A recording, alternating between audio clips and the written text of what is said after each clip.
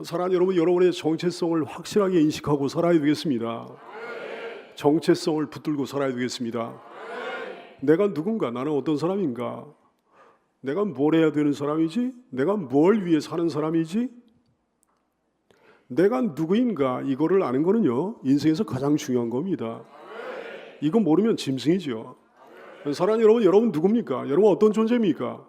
뭘 해야 되는 사람입니까? 뭘 위해 사는 사람입니까? 삼손이 누굽니까? 삼손은 어떤 존재였습니까? 하나님께서 특별하게 구별하신 나시린이었어요. 뭘 해야 되는 사람이었습니까? 삼손이요. 뭘 위해 살아야 되는 사람이었습니까? 이스라엘의 구원을 위해 일어나야 되는 사람이었어요. 이스라엘의 구원을 위해 싸워야 되는 사람이었습니다. 근데 이분은요 자기가 누구인지를 알고는 있었는데 머리로만 알고 있었던 것 같아요. 지식으로만 갖고 있었던 것 같습니다. 사사기 16장 17절 말씀을 보니까 이분이 이렇게 얘기를 해요. 이는 내가 모태에서부터 하나님의 나시린이 되었습니다. 이렇게 말씀을 해요. 알고는 있었다는 거예요. 근데 정체성에 대한 참다운 인식은 그런 게 아닙니다. 머리로만 아는 게 아닙니다. 지식으로만 갖고 있는 게 아닙니다. 자기가 뭘 해야 되는 사람인지, 뭘 위해 사는 사람인지를 정확하게 알고 실제로 그렇게 살아야 되는 거예요. 사랑하는 귀한 교우들이여, 참다운 정체성을 갖게 되기를 축복합니다. 다시 한번, 참다운 정체성이란 자기의 존재 이유를 알고 실제로 그런 삶을 사는 거예요. 신약 성경의 거의 절반을 기록한 사도 바울의 서신서들 보시라고요. 바울 사도는 항상 서신서의 서두에 자기의 정체성에 대해 언급을 하고 있습니다. 정확하게 밝혀놓고 있습니다. 그리고 정확하게 자기의 정체성대로 살고 있습니다. 갈라디아 1장 1절 말씀 예로 들어볼게요. 사람들에게서 난 것도 아니요 사람으로 말미암은 것도 아니요 오직 예수 그리스도와 그를 죽은 자 가운데 살리신 하나님 아버지로 말미암아 사도된 바울이다 그랬습니다. 우리 예수님으로 말미암아 하나님으로 말미암아 사도된 사람답게 살고 있잖아요. 그분은 그런 평생을 살았잖아요. 사랑하는 여러분이, 여러분 누굽니까? 여러분 어떤 존재입니까? 베드로전서 2장 9절 말씀하지요. 그러나 너희는 택하신 족속이요 왕같은 제사장들이요 거룩한 나라요 그의 소유된 백성이니. 여기까지 너무 잘 알지요 여러분. 이거 알고 있습니까? 자신이 그런 존재라는 거 알고 있습니까? 근데 그 다음에 뭐라고 그러시는 거 아니에요? 이는 너희를 어두운 데서 불러내어 그의 기이한 빛에 들어가게 하신 이의 아름다운 덕을 선포하게 하려 하심이라. 이렇게 말씀하셨어요. 자신이 택하신 족속이요 내가 왕같은 제사장이요 거룩한 나라요 그의 소유된 백성이라는 사실을 알고 있습니까? 머리로만 알면 안 된다 얘기예요. 지식으로만 갖고 있으면 안 된다 얘기예요. 이어서 뭐라고 하시는 거 아니? 그것은 여러분을 어두운 데서 불러내어 그의 기이한 빛에 들어가게 하신 이의 아름다운 덕을 선포하게 하려 하심이라. 이렇게 말씀하셨어요. 여기까지가 정체성이에요. 여기까지 돼야 정체성다운 삶이 되는 거예요. 그것이 여러분의 삶의 목적인 줄로 믿으시기를 축복합니다. 주님의 아름다운 덕을 선포하며 사는 성도가 되시기를 축복합니다. 예수님을 전하며 사는 삶이 되기를 축복합니다. 그렇게 해야 되는 사람이라 얘기해요. 그걸 위해 살아야 되는 사람이라 얘기해요. 성도들이요 그걸 알 뿐만 아니라 그렇게 살게 되기를 축복합니다. 이스라엘 백성들은요 늘 이렇게 자신들을 일컬어서 우리는 하나님의 백성이다, 하나님의 선민이다, 이런 자부심이 있었습니다. 근데 그게 머리만의 지식에 불과한 적이 많았더라 얘기예요. 가데스 바네아에서 벌어진 일 여러분 아시나요? 40일 동안 가나안 땅을 정탐하고 들어온 정탐꾼들 중에 여호수아와 갈렙 두 사람을 제외한 10사람의 보고를 한번 들어보세요. 10명의 보고를 들어보세요. 민수기 13장 33절 말씀을 보니까 이렇게 얘기를 하는 거예요. 거기서 가나안 땅에서 네피림 후손인 아낙 자손의 거인들을 봤나니 우리는 스스로 보기에도 메뚜기 같으니 그들을 보기에도 메뚜기 같았을 거다. 이렇게 얘기를 하는 거예요. 자기들의 정체성을 메뚜기라고 그러는 거야. 메뚜기 같다고 그러는 거야. 아니 자기들이 어떻게 메뚜기 같은 존재입니까? 그들은 메뚜기 같은 존재가 아니었어요. 민수기 22장 12절 말씀에 보니까 하나님께서 발람에게 이런 말씀하셨습니다. 너는 그들과 함께 가지 말고 그 백성을, 이스라엘 백성을 저주하지 말라. 이스라엘 백성들은 복을 받은 자들이니라. 여호수아 1장 3절 이하에 보니까 가나안 땅을 그들에게 주셨다 그랬습니다. 내가 모세에게 말한 바와 같이 너희 발바닥을 밟는 것을 모두 내가 너에게 주었노니 곧 광야와 이 레바논에서부터 큰 강 곧 유라데 강까지 해쪽 속의 온 땅과 또 해진 쪽 지중해까지 너희의 영토가 되리라 이렇게 말씀하셨어요. 그 땅을 너에게 주셨다 그랬거든요. 근데 이 사람들이 와가지고 자기들 메뚜기 같다 그러는 거예요. 메뚜기 같이 연약한 존재라고 그러는 거예요. 우리는 아무것도 할 수가 없다 그러는 거예요. 사랑하는 성도들이여, 정체성이란 자신의 신분과 지위를 자각하고 거기에 맞게 사는 겁니다. 그게 정체성이에요. 자기 사명을 자각하고 그 사명을 완수하는 거, 이게 정체성입니다. 함축해서 얘기하면 신분과 지위가 곧 정체성이에요. 사명이 바로 정체성이에요.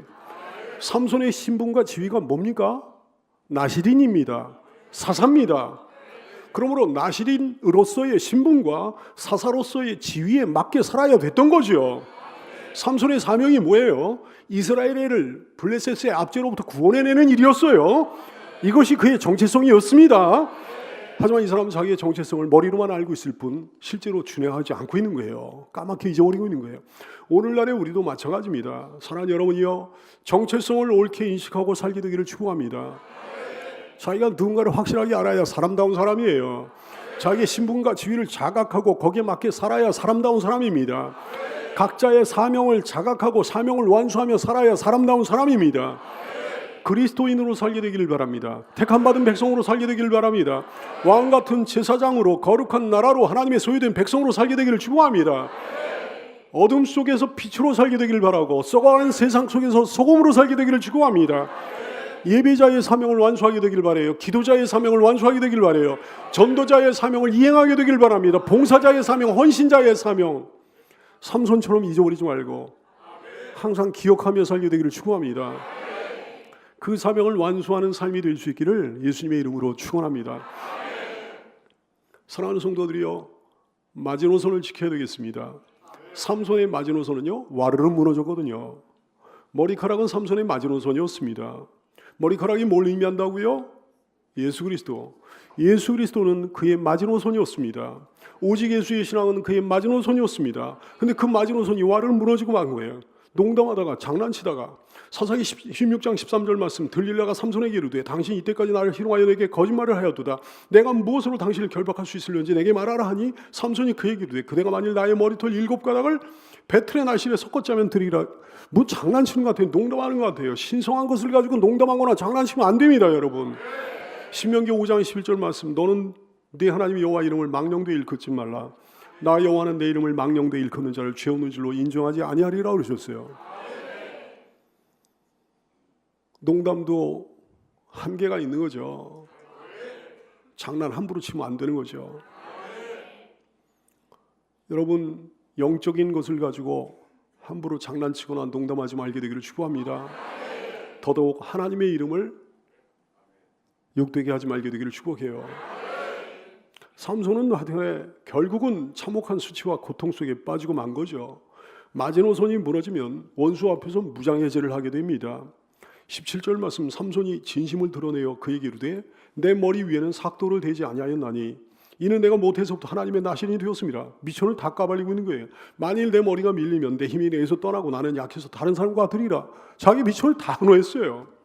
여러분, 주님 앞에 서는 그날까지 절대로 무장해제하면 안 됩니다.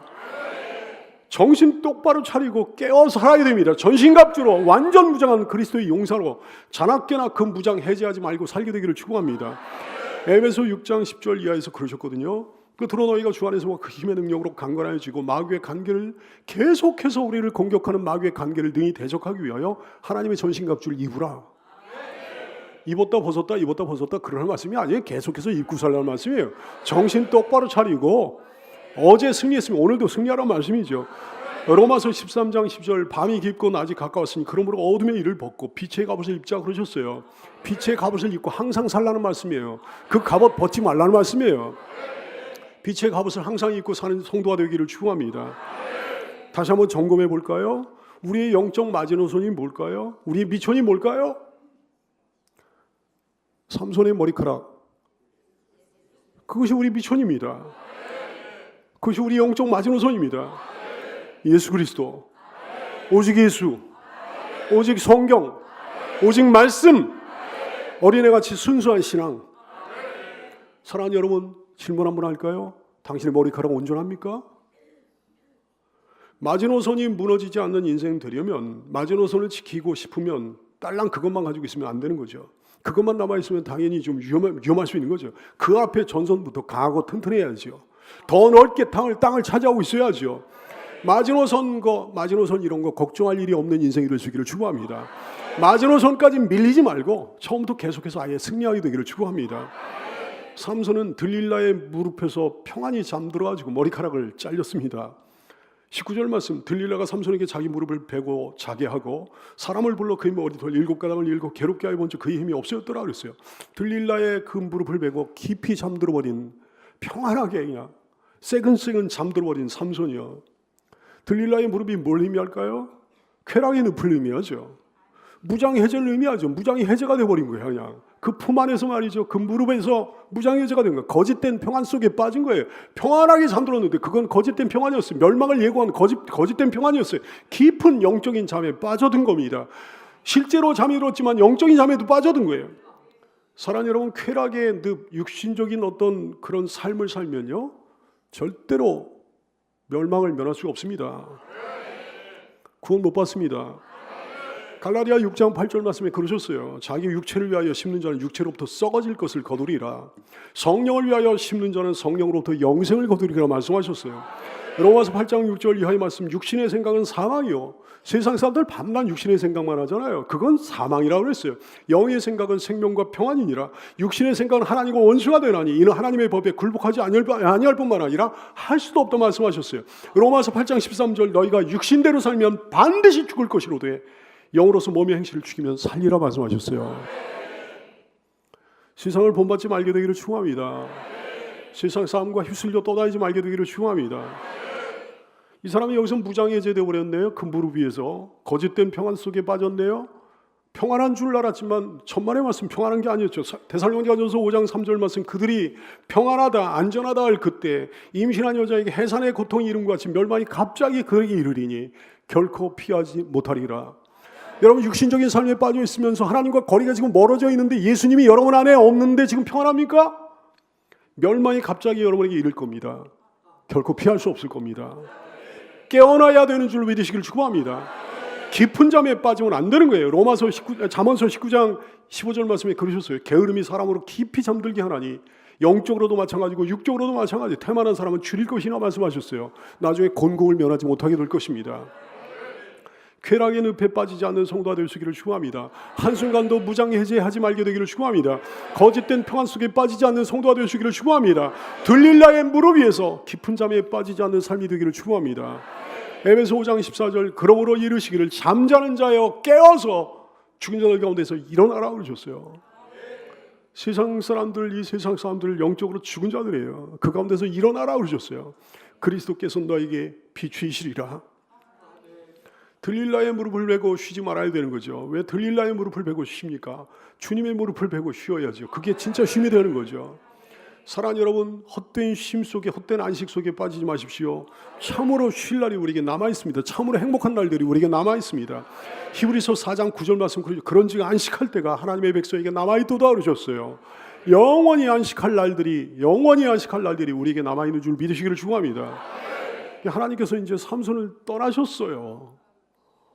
20절, 들릴라가 이르되 삼손이여 블레셋 사람이 당신에게 들이닥쳤느니라 하니 삼손이 잠을 깨어 이르기를 내가 전과 지나가서 몸을 떨치라 하였으나 여호와께서 이미 자기를 떠나신 줄 깨닫지 못했다 그랬어요. 하나님께서 떠나신 결과가 뭡니까? 힘이 없어졌어요. 19절 말씀, 들릴라가 삼손에게 자기 무릎을 베고 자기 하고 사람을 불러 그의 머리털 7가닥을 일곱 괴롭게 하여 본즉 그의 힘이 없어졌더라. 그의 힘이 없어졌더라. 머리카락이 밀려 힘이 없어진 거예요. 예수가 없으니까 이제 힘이 없어진 거예요. 하나님이 떠나셨으니까 힘이 없어진 거예요. 여기 혹시 힘이 없어진 성도는 없습니까? 영적인 힘이, 영역이 없어진 성도는 없는지요?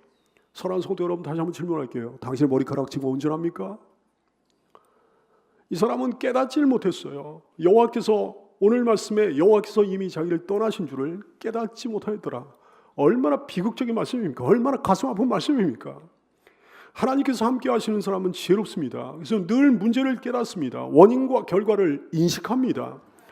문제가 발생한 것을 인식합니다. 야, 이거 안 되겠구나 하고 인식합니다. 야, 이거 큰일 나겠구나 하고 인식합니다.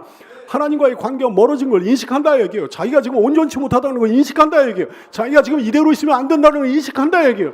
자기 삶에 위기가 닥친 걸 인식한다 얘기예요.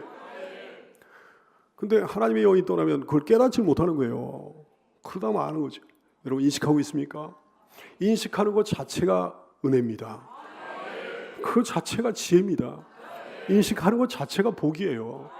야, 내가 지금 이러고 있으면 안 되는구나. 내가 지금 문제가 있구나. 영적으로 신앙적으로 문제가 있구나.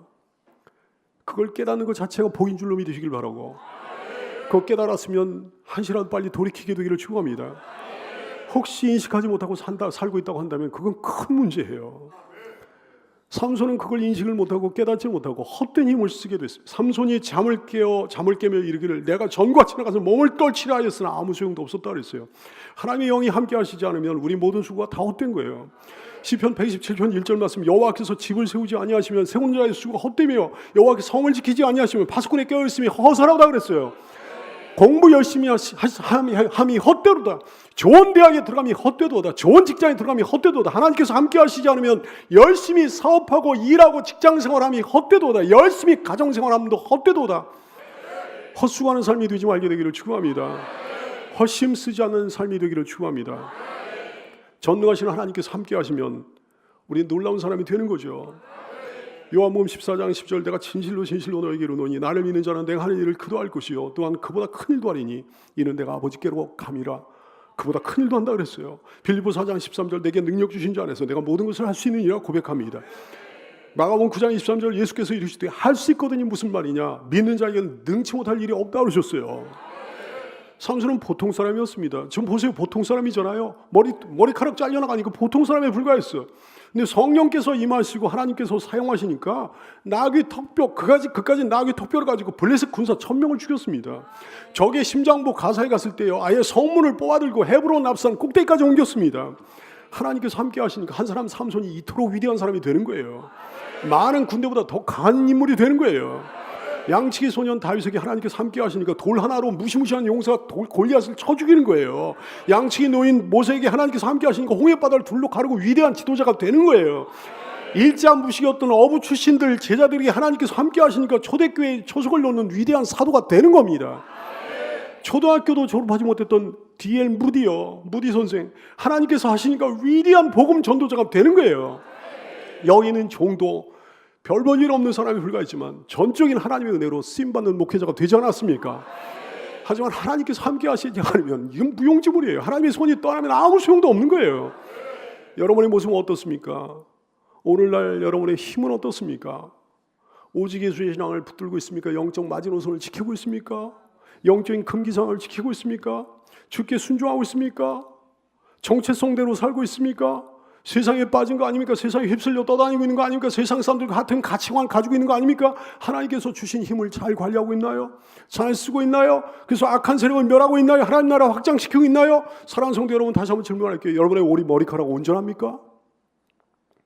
혹 삼손처럼 힘을 다 빼앗겨버린 거 아닌지, 오직 예수의 신앙에 문제가 생긴 거 아닌지, 세상의 인본주의에 영향을 받은 거 아닌지, 그래서 동성애 이런 것도 옹호하고 말이죠, 그런 것도 인정해줘야 되는 거 아니냐, 이렇게 하나님의 말씀에 어긋난 얘기하고 있는 건 아닌지, 영적 금기사항 어기고 있는 거 아닌지, 불순종 상태는 아닌지, 정체성 잃어버린 거 아닌지요. 예수 말고 다른 구원의 길이 있는 것처럼 다른 종교를 인정해줘야 된다만 이렇게 여기고 있는 건 아닌지, 하나님께서 주신 힘을 제대로 관리하지 못하고 있는 거 아닌지. 사랑하는 여러분, 예수 없이는 안 되는 줄로 깨닫게 되기를 축원합니다. 더더욱 우리는 예수 없이는 안 되는 줄로 믿으시기를 축원합니다. 우리는 주님과 연결돼야만 힘을 쓰는 존재예요. 주님과 연결돼 있어야만 가치 있는 존재라는 사실을 깨닫게 되기를 축원합니다. 노트북이 아무리 비싸면 뭐예요? 노트북 컴퓨터가요. 배터리 빠진 노트북은요, 그냥 100원, 1000원짜리 노트만도 못한 거예요. 아무리 비싼 고급 고성능 컴퓨터면 뭐합니까? 1000원 빠진 고성능 컴퓨터 그거 뭐에 쓰겠습니까? 고철덩어리에 불과하죠. 사랑하는 성도 여러분, 당신의 머리카락 온전합니까? 이 사람 머리카락 밀려가지고 최악의 고통, 최악의 수치 속에 빠지고 말았어요. 21절 말씀, 블레셋 사람들이 그를 붙잡아 그의 눈을 빼고 끌고 가사에 내려가 노줄로 매고 그에게 옥에서 맷돌을 돌리게 하였더라 그랬어요. 대저에게 사로잡혔어요. 블레셋 사람들이 그를 붙잡았다 그랬어요. 쳐야 될 상대한테 도리어 붙잡힌 거예요. 짓밟아야 될 상대에게 도리어 붙잡힌 거예요. 주님이 이기게 하신 상대에게 도리어 붙잡힌 거예요. 사랑하는 성도 여러분, 다시 한번 질문할게요. 당신의 머리카락 온전합니까? 눈이 빠졌다 그랬어요. 그의 눈을 뺐다 그랬어요. 평생 그냥 육신의 눈에, 그 육신의 눈으로 안목의 정욕으로 말미암아 범죄만 하니까 육신의 눈이 사라지는 징벌을 당하게 되는 거죠. 사사기 14장 1절 2절 말씀하시면 삼손이 딥나에 내려가서 거기서 블레셋 사람의 딸들 중에서 한 여자를 봤다 그랬어요. 그러고 범죄하는 거예요. 올라서 자기 부모에게 말하기를 내가 딥나에서 블레셋 사람의 딸들 중에서 한 여자를 보았사오니. 사사기 16장 1절 삼손이 가사에 가서 거기서 한 기생을 보고 그에게 돌았다 그랬어요. 사사기 16장 4절 말씀, 들릴라도 마찬가지, 들릴라의 미모에 빠진 거예요. 이후에 삼손이 소래골짜기에 들릴라라 하는 이름하는 여인을 사랑했다 그랬어요. 뭘 보고 사랑했는 거 아니? 육신적인 걸 보고 사랑한 거예요. 평생 죄 밝은 눈을 가지고 살았기에 그 눈이 깜깜해지는 형벌을 받게 된 거죠. 여러분의 눈은 어떻습니까? 어떤 눈입니까? 영적으로 밝은 눈이 되기를 축복합니다. 이 사람은 가사에 끌려갔어요. 가사에 끌려가가지고 노줄로 맸다 그랬어요. 적의 심장부에 끌려간 거예요. 세상 한복판에 끌려간 거예요.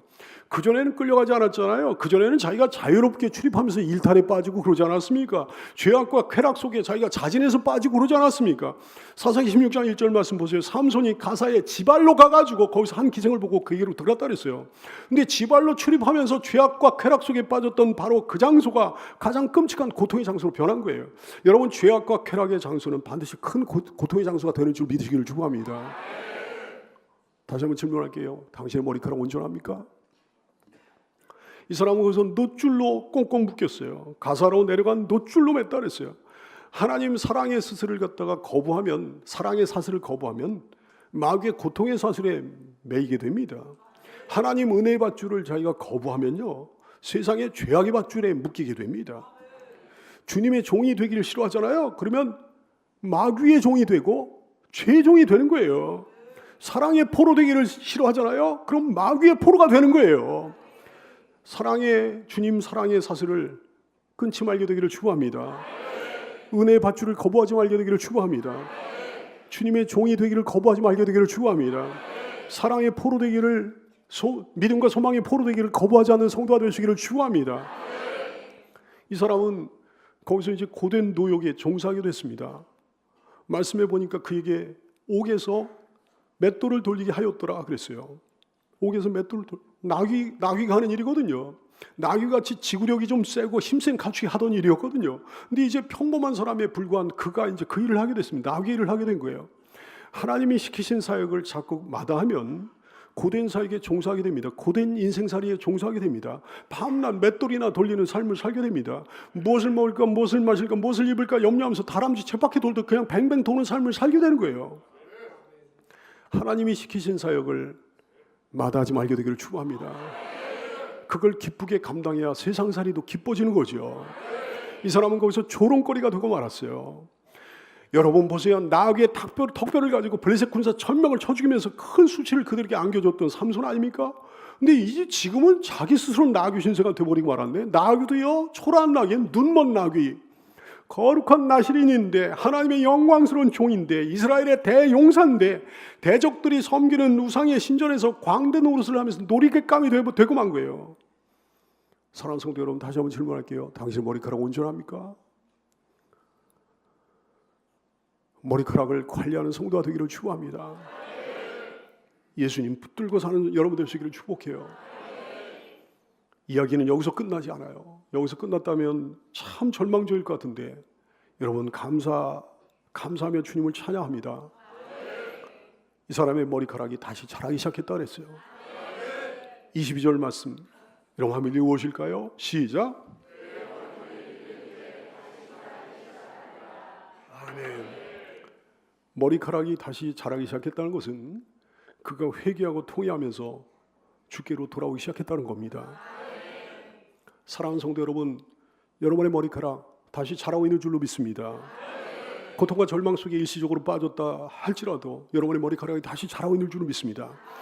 최악의 절망 속에서도 하나님과의 끈을 다시금 붙들면 희망은 자라나는 거예요. 삼손이요, 머리가 밀리고 여호와의 영이 떠나가지고 힘이 다 빠졌을 때, 두 눈 다 빠지고 비참한 지경에 처했을 때, 누가 안 그랬겠습니까? 모두들 그랬겠죠. 이 사람 하나님께 이제 완전히 버림받았다 여겼을 거예요. 이제 이 사람은 완전히 끝났다 여겼을 거예요. 그러나 삼손은 그 절망적인 상황 가운데서 한 줄기 빛을 찾아냈습니다. 머리카락은 자라는 거예요. 하나님의 긍휼은 면면이 이어지는 겁니다. 하나님 구원의 은총은 면면이 이어지는 거예요. 그거는 계속해서 자라고 있었던 거예요. 대저에게 사로잡힐 때도 사로잡히는 그 순간에도 머리카락은 자라고 있었던 거예요. 두 눈이 빠지는 순간에도 머리카락은 자라고 있는 거예요. 가사에 질질 끌려갈 때도 머리카락은 자라고 있는 거지. 노줄에 매이고 채찍에 맞고 막 그럴 때도 머리카락은 자라고 있는 거지. 조롱받는 시간 속에서 머리카락은 자라고 있는 거지. 눈먼매기처럼 비참하게 맷돌 돌리는 그 시간 속에서 머리카락은 자라고 있는 거지. 탄식하며 신음하며 비명지르는 그 시간에도 머리카락은 자라고 있는 거지. 더욱이 주께 회개하며 용서를 구할 때 이 사람의 머리카락은 부단히 자라고 있었습니다. 사랑하는 성도들이여, 최악의 상황 속에서도 하나님의 긍휼로 말미암아 하나님 구원의 은총으로 말미암아 여러분의 머리카락은 다시금 자라고 있는 줄로 믿으시기를 축복합니다. 하나님은 삼손을 버리신 게 아니었더라고요. 인생 막장까지 내려간 것 같은데 삼손이 실패한 자리, 거기가 삼손 인생의 막다른 골목이 아니었습니다. 막장이 아니었습니다. 삼손이 실패한 자리, 거기는 우리 하나님이 새로이 시작하신 자리였습니다. 인간의 전적인 타락에도 불구하고 하나님의 값없는 은총으로 말미암아 소망이 열리게 되는 거죠. 마태복음 12장 20절 말씀, 우리 주님은 이런 주님이라고 그랬어요. 상한 갈대를 꺾지 아니하며 꺼져가는 심지를 끄지 아니하기를 심판하여 이길 때까지 하는 분이라고 그러셨어요. 그러므로 사랑하는 성도들이여, 여러분 당신의 머리카락은 여러분 당신이 실패한 상황 속에서도 꾸준히 끊임없이 계속해서 자라고 있는 줄로 믿으시기를 예수님의 이름으로 축원합니다.